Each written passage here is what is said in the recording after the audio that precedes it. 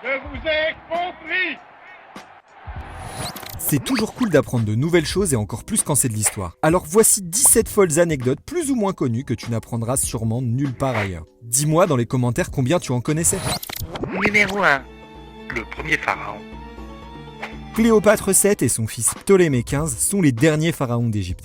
Mais qui est le tout premier pharaon ? C'est toi ici le pharaon. On recule dans le temps et on arrive plus de 3000 ans avant notre ère. Un homme appelé Narmer parvient à unifier les deux royaumes d'Égypte. Bien qu'il existe d'autres rois avant lui comme Scorpion II, Narmer est retenu comme étant le tout premier pharaon d'Égypte, le fondateur de la toute première dynastie. Pour une grande partie des historiens, il est celui qui a posé les bases de l'Égypte antique. C'est durant son règne qu'une forte période de développement artistique, religieux et intellectuel pose les bases de l'histoire pharaonique.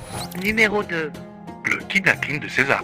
Les pirates, ça existe depuis bien longtemps et ils étaient bien présents en Méditerranée durant l'Antiquité. Et ceux qui terrorisaient au 1er siècle avant Jésus-Christ étaient les Ciliciens, qui venaient d'une région littorale de l'actuelle Turquie. Un jour de l'an 75 avant JC, des pirates ont enlevé le jeune Jules César et l'ont retenu captif pendant 38 jours sur une île. La demande de rançon des pirates était de 20 talents d'or, mais César leur conseilla d'augmenter le prix à 50 car il les vaut bien. Même s'il amuse les pirates par son caractère, Jules César promet qu'il reviendra les tuer. Et c'est ce qu'il fera lorsqu'il sera libéré. Il envoie 500 hommes armés sur l'île qui capturent et crucifient donc les pirates. Aussi Jules récupère évidemment tout le butin de ses anciens kidnappeurs. Numéro 3. L'éléphant de Charlemagne.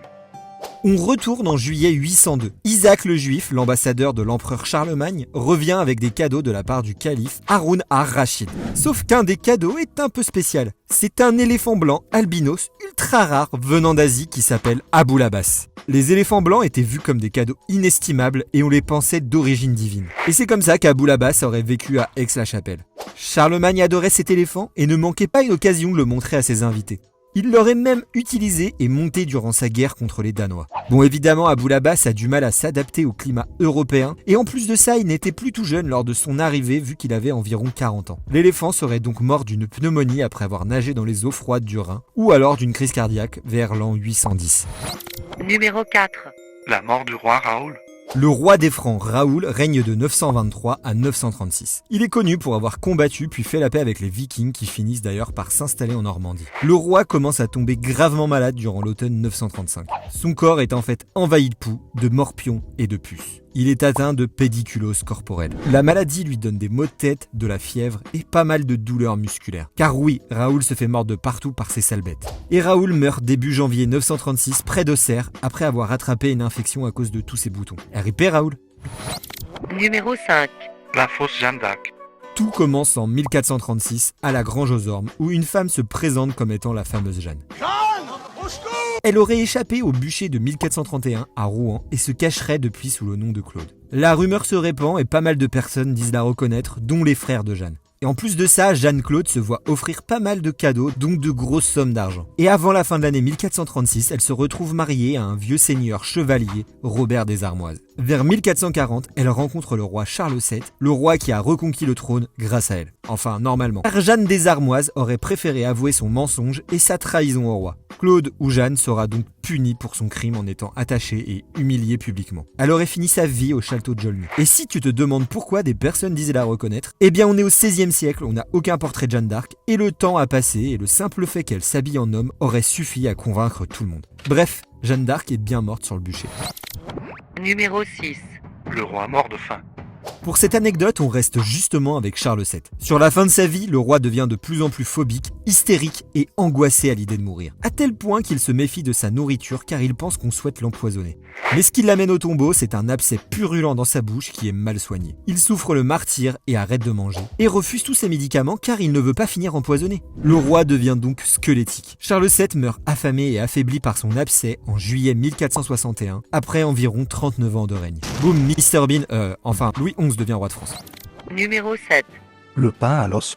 On retourne en 1590 au moment où Henri IV tente de récupérer le trône de France durant les guerres de religion. Le bon roi Henri encercle Paris et bloque la ville pour ne pas faire couler le sang des Parisiens. Mais en même temps, il bloque tout ravitaillement et espère que les habitants se rendront rapidement. Sauf que les Parisiens résistent et au bout de 2 mois, une terrible famine s'installe. Désolé les véganes, mais après avoir mangé tous les animaux, ils se seraient attaqués aux rats. Au bout d'un moment, on utilise les os des cimetières qui serviront à faire du pain à l'os. Donc prends des notes si tu veux donner la recette à ton boulanger.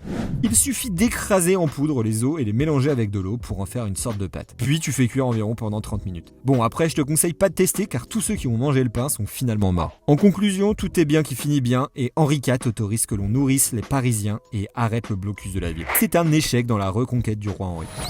Numéro 8. La traversée de l'Atlantique. Durant le temps des colonies et de l'exploration du Nouveau Monde, de nombreux Européens ont quitté l'Europe pour l'Amérique et la seule façon d'y aller était en bateau. De là, tous les dangers existaient comme les tempêtes ou les attaques de pirates qui pouvaient finir sur un naufrage ou bien rallonger de plusieurs jours, voire de plusieurs semaines, la durée du trajet. Et ça pouvait avoir des conséquences terribles pour les passagers avec des maladies ou une malnutrition. Car oui, on estime le temps de voyage en mer à environ 2 mois. Parfois c'est plus, parfois c'est moins. Perso, 2 mois sur un bateau en bois au milieu de l'océan pendant des jours et en plus sans GPS, c'est un... Non. Par contre, je suis spécialisé sur le sujet, donc dis-moi en commentaire si une vidéo longue sur ce thème t'intéresserait. Numéro 9. La perruque du roi Soleil. Bon, on voit toujours Louis XIV avec des cheveux bouclés qui sont plus beaux que dans une pub Schwarzkopf. Vous allez bien ? Eh bien, quel était son secret ? Il portait tout simplement une perruque. Car il faut savoir que le roi était totalement chauve depuis ses 20 ans. En 1658, Louis attrape une grave maladie qui le terrasse. On pense qu'il va y passer, mais on lui donne un remède qu'on appelle l'antimoine, mais qui s'avère être en fait plutôt un poison. Le roi est sauvé, mais un des effets indésirables est la perte totale et irrémédiable de presque tous ses cheveux. Pour cacher son nouveau crâne chauve, le roi décide alors de porter une perruque. Bim ! La mode de la perruque est alors relancée à Versailles. Numéro 10. Le roi qui ne devait pas être roi. Louis XV est le roi qui ne devait pas être roi, étant donné qu'il était plus ou moins 4e dans la liste de succession au trône. Il était loin derrière, mais tout change durant les dernières années du règne de Louis XIV. Le fils du roi Soleil, l'héritier du trône, aussi appelé le Grand Dauphin, meurt en 1711. C'est ensuite le tour du petit-fils de Louis XIV qui meurt en 1712. Le petit duc de Bretagne devient alors le nouveau dauphin, mais il meurt de la rougeole la même année que son père en 1712. Ça fait beaucoup là, non? Finalement, c'est son frère, Louis de France, un arrière-petit-fils de Louis XIV, qui devient le nouvel héritier du trône à l'âge de 2 ans. À la mort de Louis XIV en 1715, le petit Louis XV devient roi de France à 5 ans, sous la régence de Philippe d'Orléans. Numéro 11. Le premier président. Je te spoil tout de suite, il s'agit du neveu et du petit-fils adoptif de Napoléon Ier, c'est-à-dire Louis-Napoléon Bonaparte. Le premier président est élu au suffrage universel en décembre 1848, l'année de l'avènement de la Deuxième République, qui a lieu après la Révolution de février 1848. Louis-Napoléon est élu à 40 ans, et il restera le plus jeune président de la République française jusqu'à l'arrivée d'Emmanuel Macron en 2017.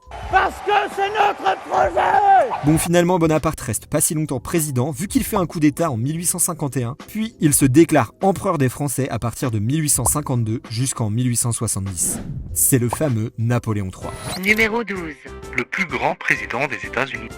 Abraham Lincoln est littéralement le plus grand président des États-Unis. Le 16e président des USA mesurait 1m93, ce qui fait de lui le plus grand président en taille devant Lyndon B. Johnson et son 1m92, ou Donald Trump qui mesure 1m90. Numéro 13. Les visages du passé. La photographie, ou plutôt les daguerreotypes, sont mises au point durant les années 1840.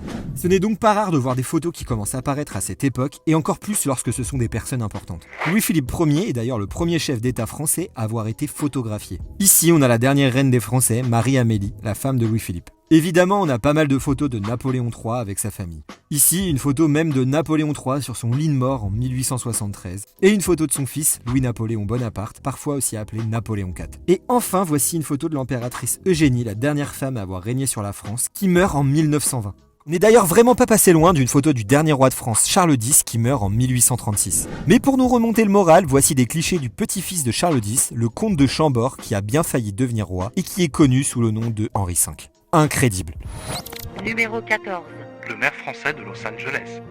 On connaît Los Angeles pour ses magnifiques plages ou encore pour Hollywood. Mais est-ce que tu savais que la ville américaine avait eu un maire français ? Il s'appelle Joseph Mascarell. Il naît à Marseille en 1816, puis il émigre aux États-Unis vers 1844. Durant les années 1860, il entre au conseil commun de Los Angeles. Bon, à l'époque, Los Angeles n'avait rien à voir avec ce qu'elle est aujourd'hui et ressemblait plutôt à ça. Puis Joseph est élu maire de LA entre 1865 et 1866 en représentant le parti républicain. On sait que durant son mandat, il tente d'interdire le port d'armes dans la ville californienne et qu'il sera pas mal critiqué car il parlait très mal anglais. Because you can't do what we want to do. Numéro 15. Les derniers morts de la Grande Guerre. Si on regarde du côté des Français, le dernier mort serait Augustin Trébuchon qui meurt le 11 novembre 1918 à 10h55, soit 5 minutes avant l'arrêt des combats qui était fixé à 11h. Mais comme toujours, l'identité réelle du dernier mort fait débat. Certaines personnes parlent aussi du Français Auguste Renault qui meurt à 10h58. Mais officiellement, le dernier mort de la Première Guerre mondiale est un soldat américain du nom de Henry Gunther qui est mort le 11 novembre 1918 à 10h59. Il faut savoir que tous les soldats morts le 11 novembre ont leur date de décès antidatée au 10 novembre. C'est en gros pour ne pas faire tâche sur le jour de la victoire. Numéro 16. Les frères ennemis. Albert Göring est le frère d'Hermann Göring, un des principaux bras droits d'Adolf Hitler. Contrairement à son frère qui était un énorme Albert était totalement opposé au régime nazi et contre ses idées. Il risqua de nombreuses fois sa vie pour sauver celle des Juifs et d'autres victimes du Troisième Reich. Albert se rend dans des camps de concentration pour libérer des Juifs en utilisant son nom de famille, Göring. C'est un résistant. Il participe à des actions de sabotage et détourne des camions pour libérer des prisonniers. À la fin de la guerre, il est interrogé, puis libéré grâce aux témoignages des personnes qu'il a aidées. Mais Albert Göring meurt seul en 1966, rejeté par la société notamment à cause de son nom de famille. Enfin, pour en finir avec ce mec ultra badass, voici une de ses citations. « Je crache sur Hitler, sur mon frère et sur tout le régime nazi. » Numéro 17. Cléopâtre est à Paris. Cette légende était encore très célèbre au début du XXe siècle. Napoléon, ou selon les versions Champollion, Le mec s'appelle On. aurait ramené à Paris la momie de la reine d'Égypte dans les bâtiments de la Bibliothèque nationale. Elle aurait passé de nombreuses années conservée au département des monnaies et médailles antiques. Sauf que la momie aurait mal supporté le climat parisien et aurait commencé à salement se détériorer. On aurait alors enterré le corps de l'ancienne reine dans le jardin du Quadrilatère de Richelieu, près de la Fontaine. Mais est-ce que c'est vrai ? Bon, en réalité, il y aurait vraiment eu des momies ramenées d'Égypte, mais il y a très peu de chances pour que ça soit l'ancienne reine Cléopâtre. Mais ce qui est passionnant ici, c'est de voir comment l'Égypte et les momies passionnent depuis le boom de l'égyptomanie du 19e siècle. Bon voilà, c'est déjà la fin de cette vidéo et de ces 17 anecdotes plus ou moins connues. Mais je reviens le mois prochain avec un 17 anecdotes spécial Halloween. Merci beaucoup d'être resté jusqu'à la fin. Et si tu me suis sur TikTok ou Instagram, tu connais la phrase de fin. Abonne-toi pour plus d'histoires. Wow.